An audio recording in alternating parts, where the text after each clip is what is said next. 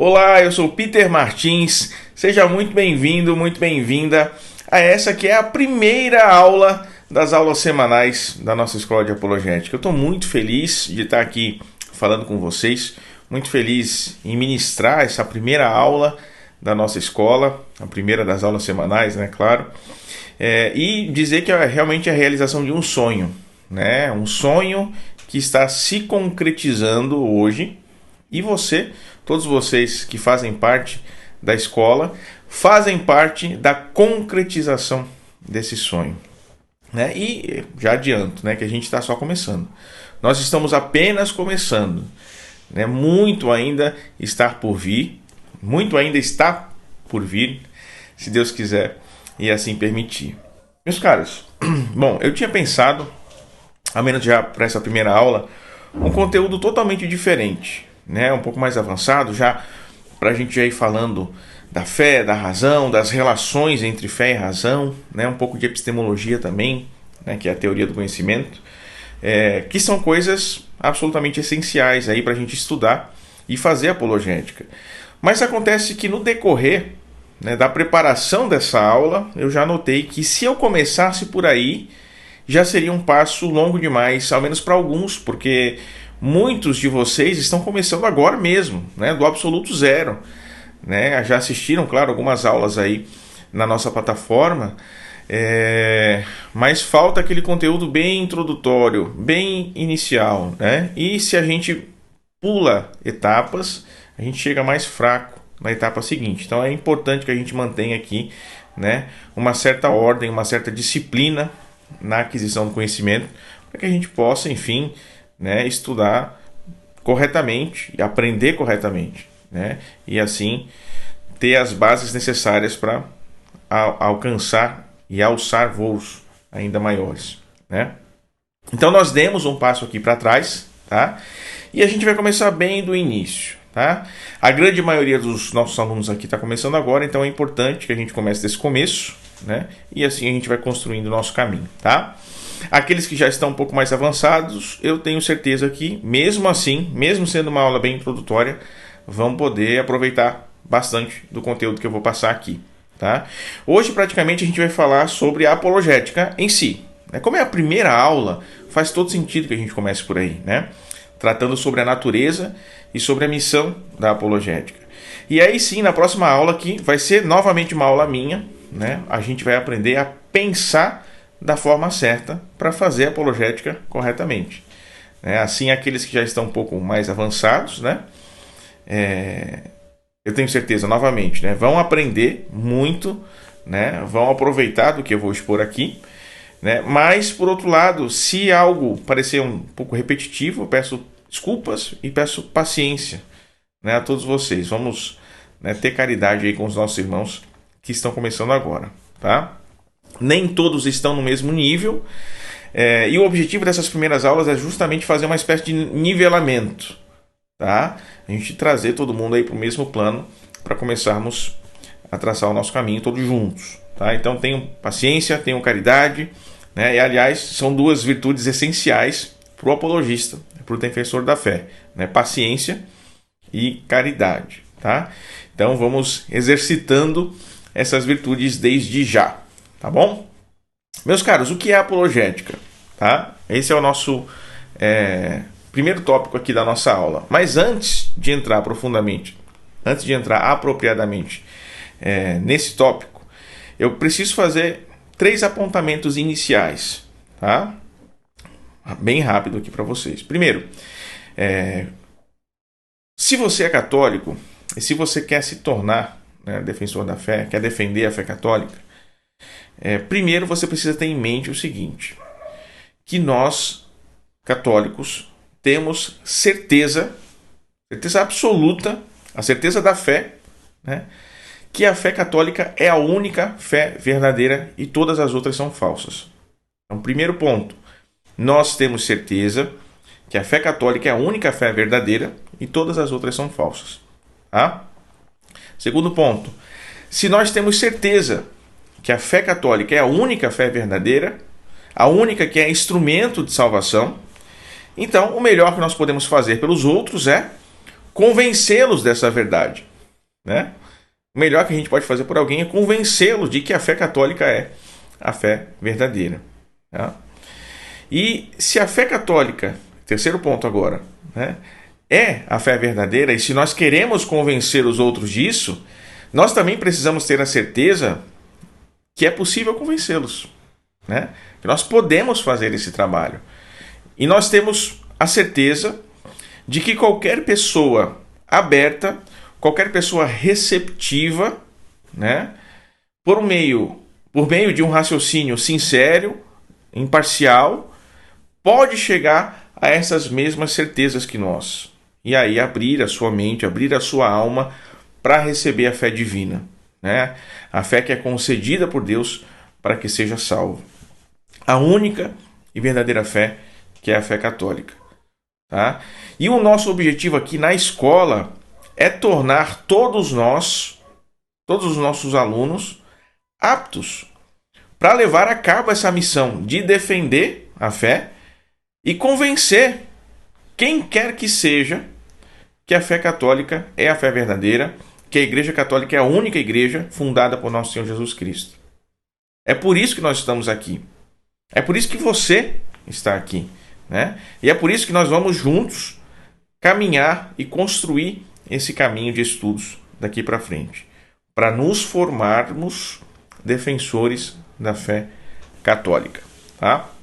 Nós dois, eu e você, né? Nós demos um sim e agora a gente vai levar esse sim até o final, tá? Ainda que custe tempo, ainda que custe muitos sacrifícios, certo? Ainda que custe a nossa própria vida, nós precisamos ter isso em mente, né? É por isso e para isso que nós estamos aqui, tá bom? O que é apologética, então? Apologética é um ramo da teologia que busca dar uma explicação racional para aquelas verdades que são afirmadas pela fé. A apologética vem do grego justamente apologia, que significa defesa ou defesa verbal, né? Então, a apologética é uma disciplina teórica, mas que tem uma aplicação prática.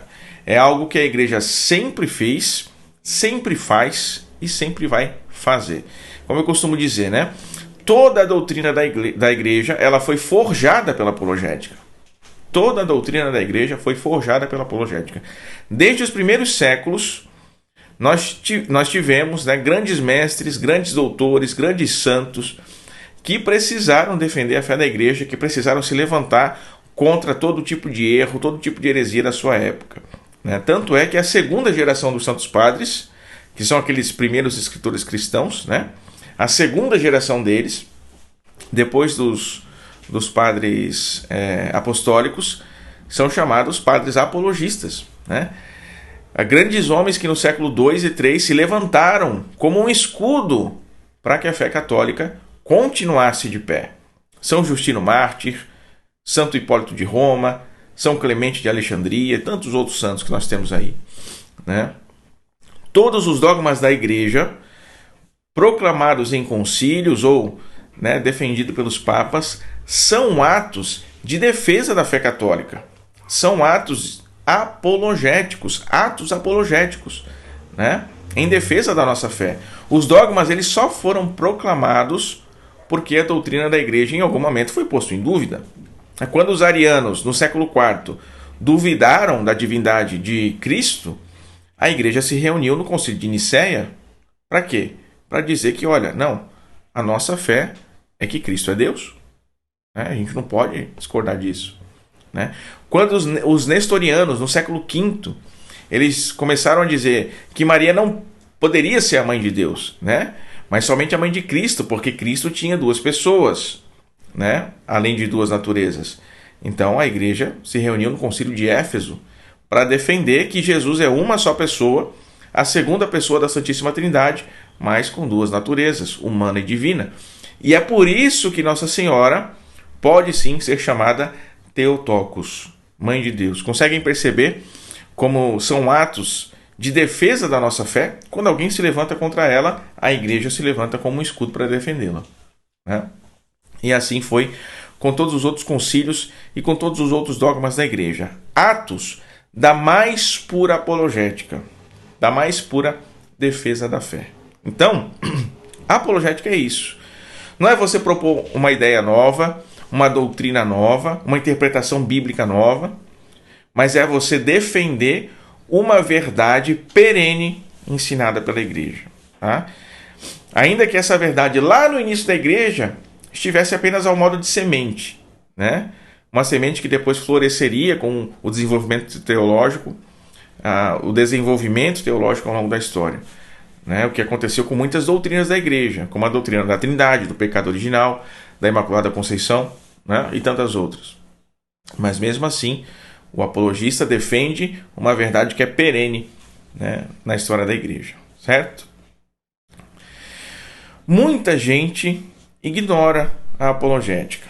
Tá? Isso é uma coisa muito importante, porque quando a gente passa a defender a fé, muitas das vezes nós recebemos objeções, né, de pessoas que nos rodeiam, né, na igreja, em casa, na família. Pessoas que querem, muitas das vezes, até desestimular o nosso trabalho, né, desprezando a apologética, ignorando a apologética. Porque é algo muito intelectual, é algo muito racional. É muito melhor que você viva o amor, né? Que você busque obedecer a Deus, que tenha uma vida correta, que busque a santidade. É claro que tudo isso é muito importante, né? E as pessoas dizem, isso é mais importante que a razão, que o uso da razão, né? Mais importante que a vida de estudos. É claro que é, né? Ninguém discorda disso. Fé, esperança e caridade é superior à razão.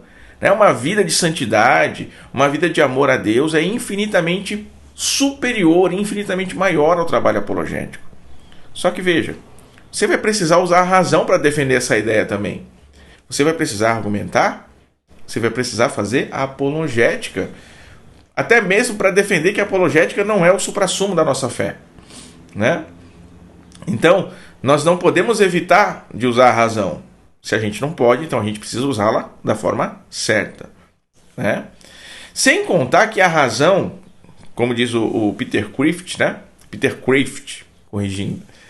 A razão, ela é amiga da fé. Ela é amiga da santidade. A razão, ela é uma estrada que nos conduz à verdade. E a santidade, o que é? A santidade é o amor a Deus, que Ele mesmo é a verdade, né? Então, não somente a apologética pode levar à fé e à santidade, como também a própria fé e a santidade podem levar à apologética, né? Se nós amamos a Deus, se nós obedecemos a sua verdade, nós não podemos escolher o que obedecer, né? Então nós precisamos obedecer também quando ele diz, pelas palavras de São Pedro, que nós precisamos estar prontos, preparados para responder a todos aqueles que pedirem a razão da nossa esperança, a razão da nossa fé, não é? Se a apologética não é tão importante quanto uma vida de amor a Deus, uma vida de santidade, uma vida contemplativa, e de fato não é, repito, não é, mas isso não significa que também não seja importante, né? Em certo sentido, a nossa saúde corporal, ela é mais importante do que a busca pela sabedoria, né? Se nós tivermos certas debilidades físicas, né, nós podemos até ser impedidos por elas de alcançar a sabedoria, né? Mas isso não significa que a busca pela sabedoria não seja importante, né? Ela é mais importante que o dinheiro, por exemplo, mais importante que os bens materiais, né? Todo o conteúdo dessa escola diante de Deus é nada, né? É muito, muito inferior a um único ato verdadeiro e sincero de devoção e de amor a Deus e ao próximo. Muito inferior.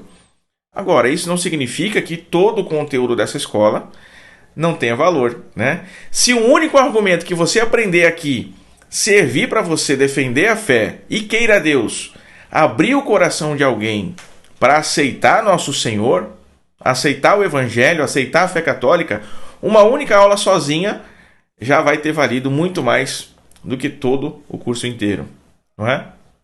Santo Tomás dizia que todo o seu conhecimento teológico não tinha o valor sequer de uma única Ave Maria. Agora, isso nem de longe significa que para nós a obra de Santo Tomás não tenha nenhum valor, né? Muito pelo contrário. Então, muitas pessoas também preferem seguir uma fé mais emotiva, né? Uma fé mais sentimental. Veja, são aquelas que dizem seguir mais o coração do que a razão, né? Por assim dizer.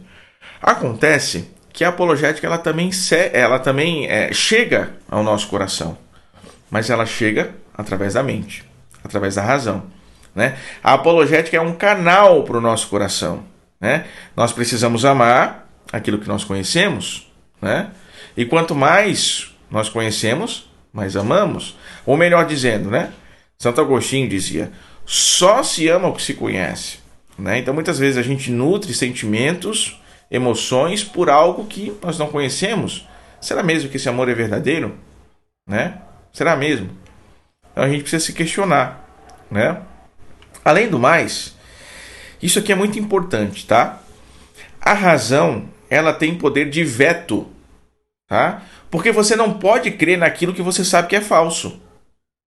Veja só, você não pode crer naquilo que você sabe que é falso. Você não pode amar algo que você sabe que não existe.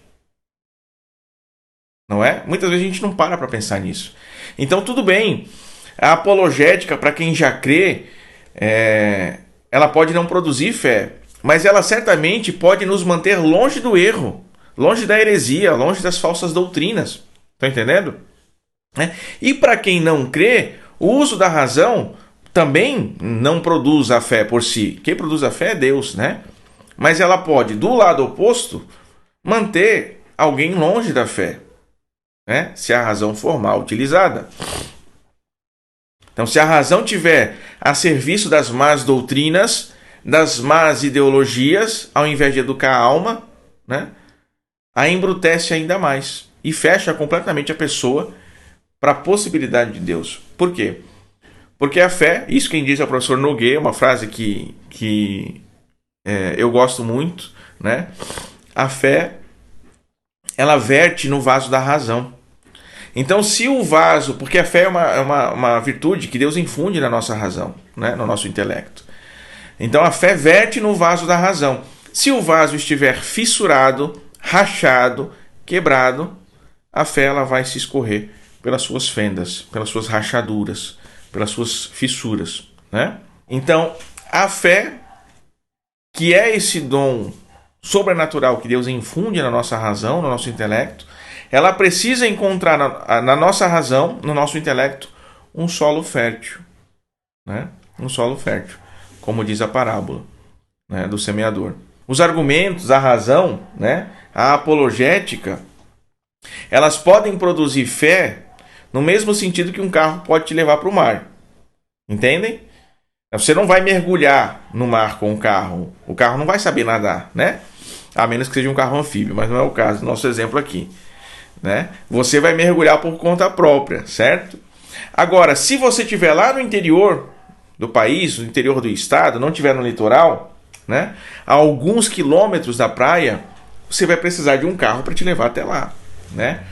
Então a razão, ela está para a fé, também outro exemplo, como o trampolim está para o acrobata, né? Até me enrolei. Então, a razão está para a fé, como o trampolim está para o acrobata. Tá? Vocês lembram das Olimpíadas, né? O trampolim é aquele instrumento que permite a acrobacia, né? Mas o atleta, ele faz o movimento no ar, fora do trampolim já, né? A fé é esse salto que você dá, né? Só que ao invés de você cair, como no trampolim, nas Olimpíadas, você é elevado, né? Pois bem, e qual que é a função da apologética nos dias de hoje? Tá? Eu tenho falado sobre isso nas nossas redes sociais, aqui também no nosso evento de apresentação da escola, falei, né? E vou repetir, porque é um assunto muito importante. Muitos de vocês podem não ter ouvido e assistido também os nossos vídeos, né? Por que a apologética é importante nos dias de hoje? Qual que é a sua função, né? Sobretudo a nós leigos, eu digo, né? Porque nós não somos bispos, nós não somos cardeais, né? Nós não participaremos de concílios onde a gente vai defender a fé, onde os cardeais, os bispos defendem a fé para proteger a fé da igreja de forma universal, né? Mas mesmo assim, A nós leigos, a apologética é muito útil para a nossa vida, né? Durante muito tempo, a missão da apologética era uma missão praticamente do clero mesmo. Por quê? Porque era o clero quem estudava, era o clero quem tinha formação, era o clero quem tinha acesso aos documentos da igreja, né? Os nobres até tinham alguma educação e tal, né? Mas eles estavam ocupados com as coisas da nobreza, né? O povo comum era, em sua maioria, analfabeto, né? Então não tinha muito o que fazer. E depois, as heresias elas surgiam onde? No seio do clero, entre os padres, entre os bispos, nas universidades, né? Onde estudavam aqueles que seriam padres, bispos, né? Então as coisas começavam no clero, eram difundidas ali mesmo, né? E eram abafadas ali mesmo, defendidas ali mesmo, né?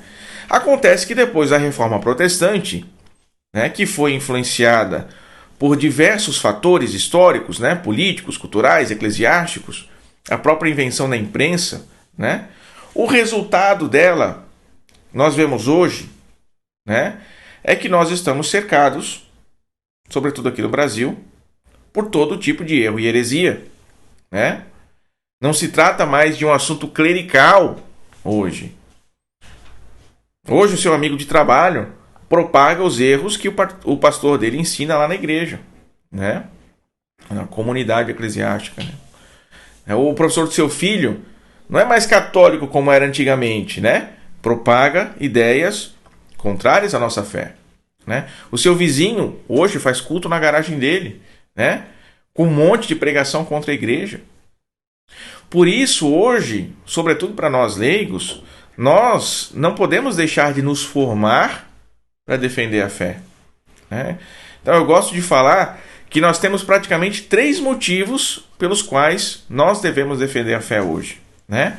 O primeiro deles é formar a cultura, né? Como a gente vive hoje no mundo pós-cristão, já para não dizer anticristão, né? Costuma-se dizer, né, que a Reforma Protestante negou a Igreja, a Revolução Francesa negou Cristo, né, as revoluções e as ideologias modernas negaram a Deus, né, e a pós-modernidade negou o homem, né?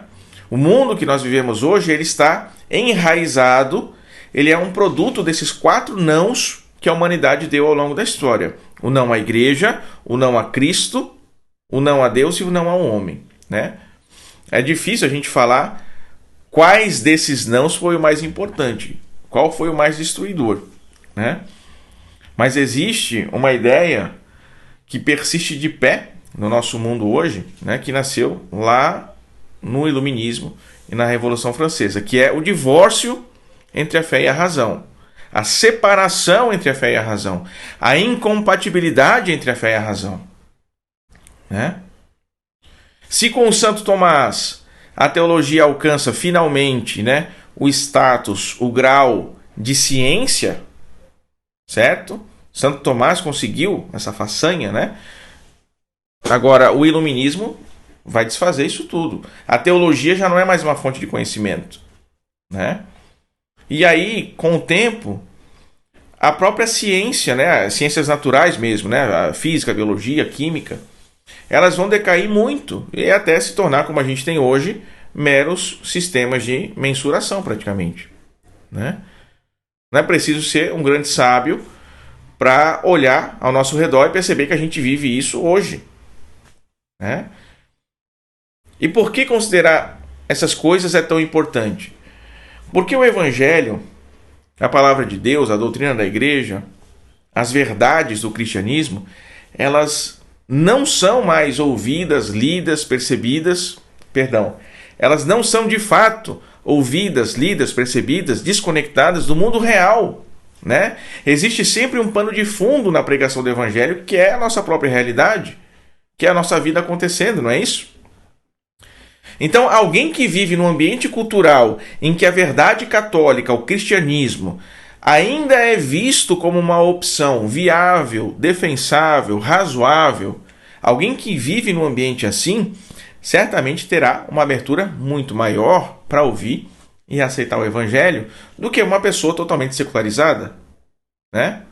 Por isso que uma das tarefas mais árduas da apologética é essa: criar e manter, cultivar um ambiente cultural onde a fé cristã seja uma opção intelectualmente defensável, intelectualmente viável, né? Nós passamos por ditaduras, genocídios, uma revolução sexual que gerou o caos no mundo, né? Inverteu a moral de cabeça para baixo, aborto, eutanásia, ideologia de gênero, que é uma das formas da negação do homem, né? E quanto maior é a crise da verdade que a gente vivencia, mais necessária é a apologética. Mais necessária é a apologética. E vejam, a igreja, a gente sabe que a igreja não vai morrer nunca. Nós temos uma promessa divina sobre ela, né? Mas esse mundo, sobretudo aqui, o Ocidente, com certeza vai ruir, né? Vai cair, vai implodir, né? Então a apologética não é para salvar a igreja, né? Porque é na igreja que nós encontramos a salvação, né? Mas ela é, de alguma forma, para salvar o mundo que jaz no maligno, para salvar as almas, né? A apologética ela é vital para fomentar esse ambiente cultural nos dias de hoje, que é um ambiente onde o evangelho ele possa ser ouvido, ele possa ser entendido e concebido como uma opção viável. Porque hoje em dia, para a grande maioria das pessoas, não é mais. Essa que é a verdade, né? A apologética, novamente, né? Ela não vai gerar a fé é dom de Deus, mas ela vai tornar o cristianismo crível, aceitável, razoável, né? Intelectualmente mesmo. Vai preparar o solo, como eu disse, né? Para que aí Deus possa derramar o óleo da fé, né? Além de formar a cultura e tornar o evangelho razoável para quem não é crente, para quem ainda não tem fé, né? A apologética para aqueles que já têm fé, para aqueles que já acreditam, ela cumpre uma função importantíssima também, que é fortalecer a fé dessas pessoas, fortalecer a nossa fé, né? Hoje em dia existe aí uma tendência muito grande de se buscar uma intimidade emocional com Deus. E aí se cultiva a fé baseada em sentimentos, uma fé baseada em emoções, sensações, né? Parece que toda experiência religiosa precisa agradar aos nossos sentidos, né? As nossas emoções. E aí o que acontece? A gente esquece completamente de usar a razão, de usar a nossa mente. Isso de buscar uma vida, né, baseada no agrado dos nossos sentidos, dos nossos sentimentos, das nossas emoções, é algo bem mundano, na verdade, né? O protestantismo, sobretudo agora no viés mais pentecostal, neopentecostal, né, percebendo essa tendência, né, secular de fora, trouxe isso para dentro da igreja, né, dos cultos, para dentro da cultura e da arte protestante, música, teatro, dança, né? É preciso criar um clima dentro dos cultos que é absurdamente sensorial, aquelas luzes diferentonas, máquina de fumaça, músicas repetitivas, né? Um clima em que todos os seus sentidos eles estejam em operação. Aí você entra quase numa hipnose, né? E essas ideias mundanas e protestantes, muitas das vezes, elas entram na nossa igreja também, né? Acontece o seguinte, uma vida vivida segundo os sentimentos, segundo os sentidos, as emoções, quem tem são os animais. Essa que é a verdade, né? Mas nós somos homens. O que nos diferencia dos animais é que nós somos racionais, nós temos razão. Há algo no homem que é superior aos sentidos, que é a razão, né? É claro que o agrado sensível, o agrado emocional, não é o suficiente, né? Eles podem te levar até um certo ponto, mas depois você vai precisar de algo mais substancial e é aí que a apologética entra, né? Porque ela, né, com ela, por ela, você vai se formar para conhecer os fundamentos mais profundos da sua fé, né? E outra coisa, as nossas famílias já convertidas também, elas precisam saber defender a fé, né? Porque, como eu disse, nós chegamos num estágio onde nós vivemos numa sociedade pós-cristã. Já não é mais suficiente ensinar para os nossos filhos as histórias bíblicas, a vida dos santos, os exemplos morais, né, o Sermão da Montanha, as orações repetidas e tudo mais. É claro que isso é importante e eu faço isso diariamente aqui em casa, né? Deve ser feito. Mas a gente precisa entender que saber a história de São Francisco de cor, né, decorar os salmos, obedecer o Sermão da Montanha, rezar o credo de cor, né? Nada disso vai resolver quando o professor de biologia do seu filho ensinar que o homem veio do macaco, não é? Quando o professor de história da sua filha disser que a igreja perseguia e queimava mulheres na Idade Média, tá entendendo? Então nós precisamos ensinar aos nossos filhos a defesa da fé. Nós precisamos prepará-los como um soldado é preparado para a guerra. Então não dá para mandar os nossos filhos para a escola, para a universidade, para o trabalho, com uma armadura de palha e uma espada de bambu, de pau, né? Porque quando ele for confrontado, o que ele vai responder? Nada. Vai calar a boca, vai passar vergonha, vai ser humilhado, talvez excluído, ridicularizado, né? Então a apologética hoje, ela também é missão da família. A apologética é missão da família, certo? E ainda mais, né? Além de proteger nós, que já somos convertidos, né? Já cremos, do abandono da fé, a apologética ainda fornece para a gente muitas boas razões para aceitar o cristianismo como verdadeiro. E como é bom a gente saber disso, né? Meus caros, quanta gente deixa de falar do evangelho, deixa de falar de Deus, deixa de falar da igreja para os amigos, né, para os colegas de trabalho, para aqueles que não têm fé ou não têm a fé católica, mas são protestantes, são, sei lá, espíritas, ou que são agnósticos, ateus, né? Porque tem medo, as pessoas deixam de falar de Deus e da igreja porque tem medo dos questionamentos, das objeções que podem receber e que não vão saber responder, né? E aí quando nós nos calamos, nós deixamos de obedecer aquela ordem do próprio Cristo que nos manda, nos ordena estarmos preparados para dar as razões da nossa fé. O Jordan Peterson, né, que agora está passando por uma fase de conversão, graças a Deus, né? Temos que rezar por ele, inclusive. Ele tem uma frase que é sensacional, tá? Ele diz o seguinte: quando você tem algo a dizer, ficar calado é uma mentira. Quando você tem algo a dizer, ficar calado é uma mentira, né? A grande questão é que nós precisamos saber o que dizer, né?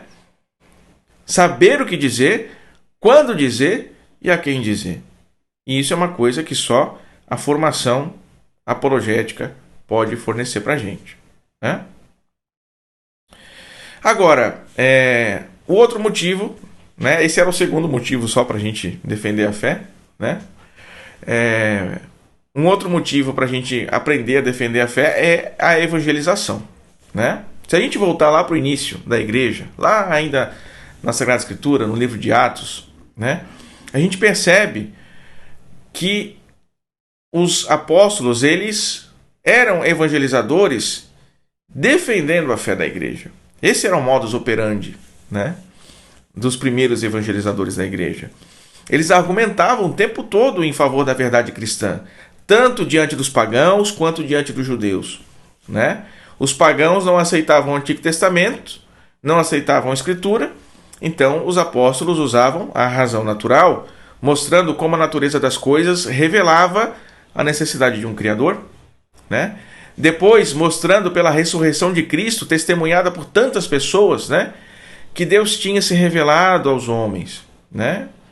E tinha se revelado pessoalmente em Jesus. Isso não é contrário à razão, né? Com os judeus que já aceitavam o Antigo Testamento, a defesa da fé se dava no âmbito da Escritura, mostrando como aquelas profecias foram cumpridas com Jesus, né? Como a ressurreição de Cristo revela o verdadeiro Messias, né? E depois que os apóstolos morrem, né, os seus sucessores precisam continuar defendendo a fé da igreja.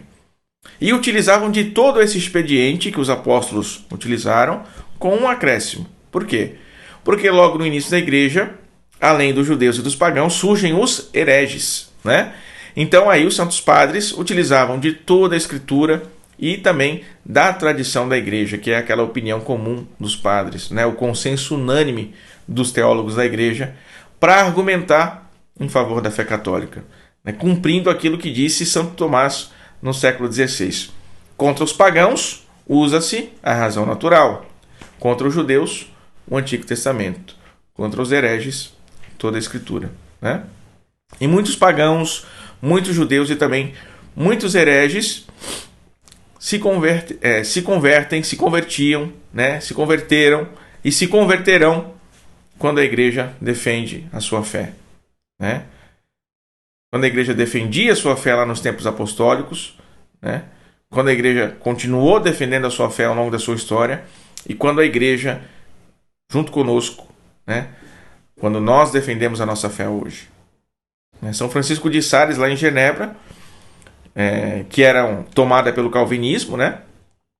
Converteu milhares de pessoas fazendo apologética, né? Distribuindo panfletos, né? Desmentindo a fé calvinista, participando de debates, né?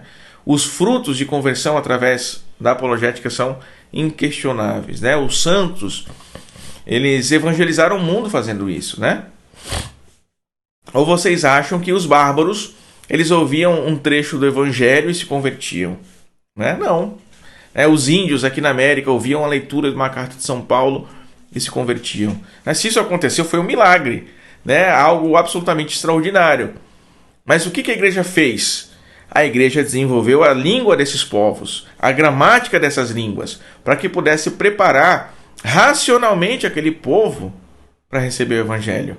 Formou cultura, né? Limpou as objeções, preparou o terreno para que aí a semente do evangelho pudesse penetrar em solo fértil, né? Por isso, todos nós devemos nos preparar nossa família, né, contra todo erro, contra toda heresia, né, que podem nos desviar aí do caminho da verdade, né? Isso, no final das contas, é o que mais importa, né? Porque tudo isso, todo o estudo, toda a formação, né, toda a prática da apologética diz respeito à nossa própria salvação. Meus caros, vamos seguindo aqui, tá?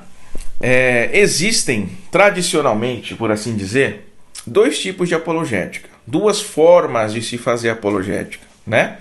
A apologética ofensiva e a apologética defensiva, né? Que por vezes nós também chamamos de apologética de afirmação e apologética de negação, né? Ou apologética positiva e negativa, eu já vi também, né? Na verdade, é tudo muito simples de entender, tá? A apologética ofensiva, né, ou positiva, ou de afirmação, é aquela que apresenta uma defesa afirmativa das verdades da fé católica. Ela é propositiva, ela propõe argumentos que afirmam aquilo que a igreja crê, né? E aqui, para fins práticos, né, a gente pode colocar que ela se divide em duas grandes áreas. A primeira é a teologia natural, né, que nos dá argumentos para defender racionalmente aquelas coisas que ainda são anteriores à fé, né? Coisas que são anteriores à revelação especial de Deus, mas que são alcançáveis, que são cognoscíveis pelas luzes da razão natural, né? Ou seja, a existência de Deus, né? A existência de uma moral objetiva, natural, universal, uma compreensão racional do mal no mundo, apesar de nós termos um Deus bom, né? Tudo isso é o que nós chamamos de preambulum fidei, né? Ou os preâmbulos da fé. Você não precisa da fé para crer nessas coisas, você aceita pela razão. São verdades racionais, né? Racionais. É absolutamente racional e necessária a existência de Deus, a moral objetiva, né? Isso a gente compreende racionalmente, certo? Os argumentos racionais para a existência de Deus, como por exemplo o argumento cosmológico, as 5 vias de Santo Tomás, o argumento moral, ontológico, todos eles são exemplos clássicos de teologia natural, que pertence à apologética ofensiva, à afirmativa, certo?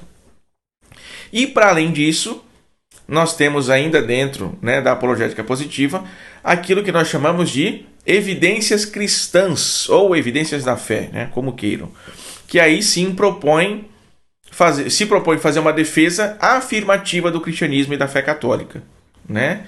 Sobretudo daquelas verdades centrais da nossa fé, que Cristo é historicamente real, que ele cumpre as antigas profecias, que os evangelhos são verdadeiros, são confiáveis, né? E claro, a partir daqui aí, todas as verdades da igreja, certo?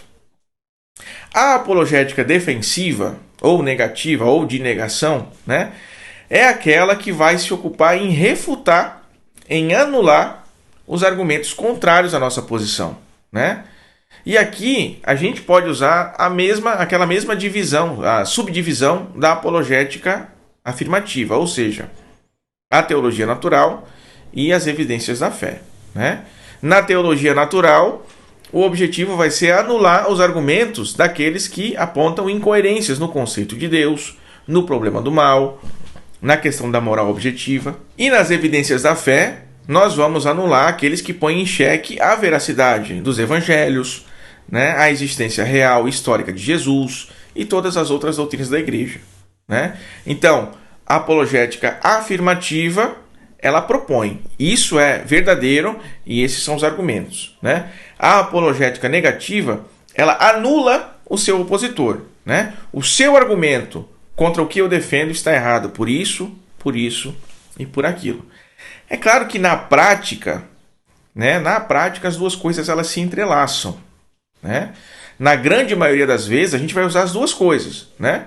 Vai anular o objetor e afirmar a doutrina da igreja, né? Ou vice-versa, né? Por exemplo, quando alguém levanta o problema do mal, né, você pode propor o argumento moral como uma defesa da existência de Deus, né? Então, basicamente, se Deus existe, não deveria haver mal no mundo, né? Porque Deus é bom, né?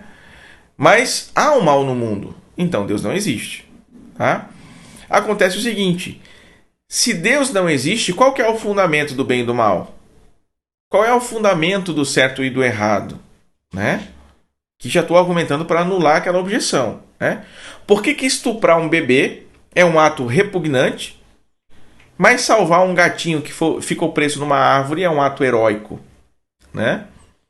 Se você não tem a própria natureza divina e os seus atributos de verdade, de bondade, de beleza, de justiça, como padrão que regula os atos humanos, né?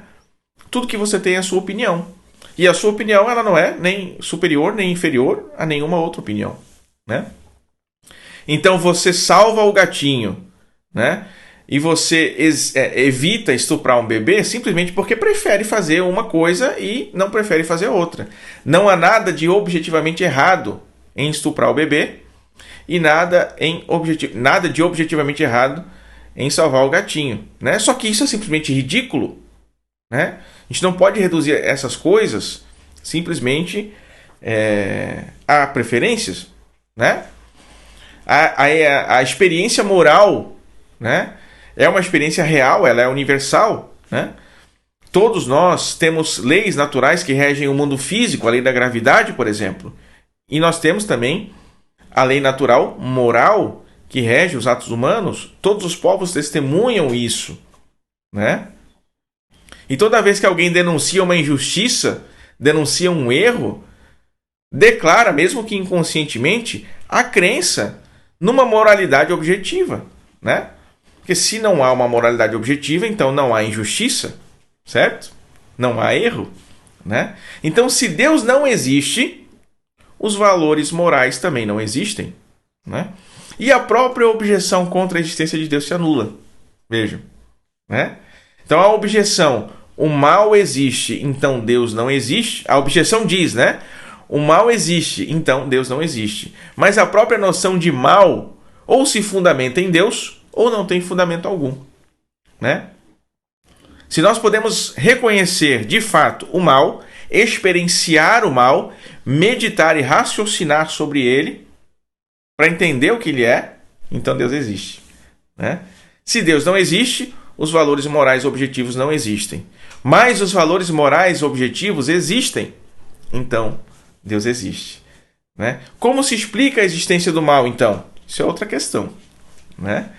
O fato é, até mesmo a experiência do mal no mundo, nos revela de alguma forma a existência de Deus.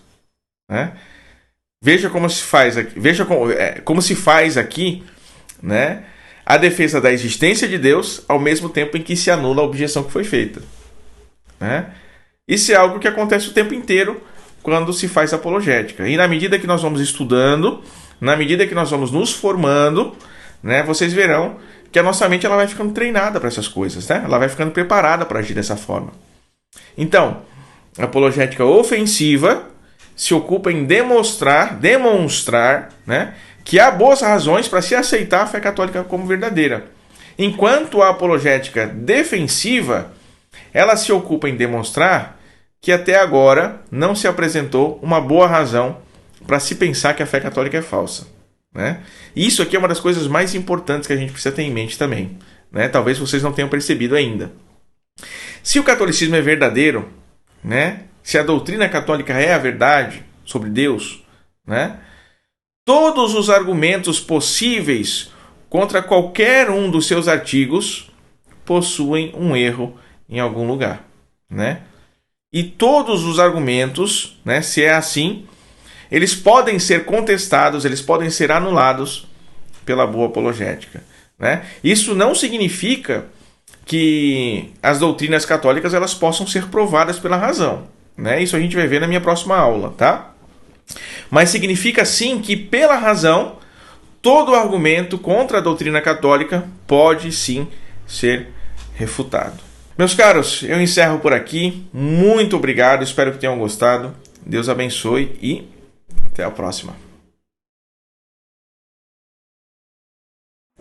Além das aulas semanais, os inscritos da Escola de Apologética têm acesso a formações completas para a defesa da fé e a nossa comunidade de alunos. Nós também vamos promover debates e outras ações, além de produzir materiais para promover a apologética católica aqui no Brasil.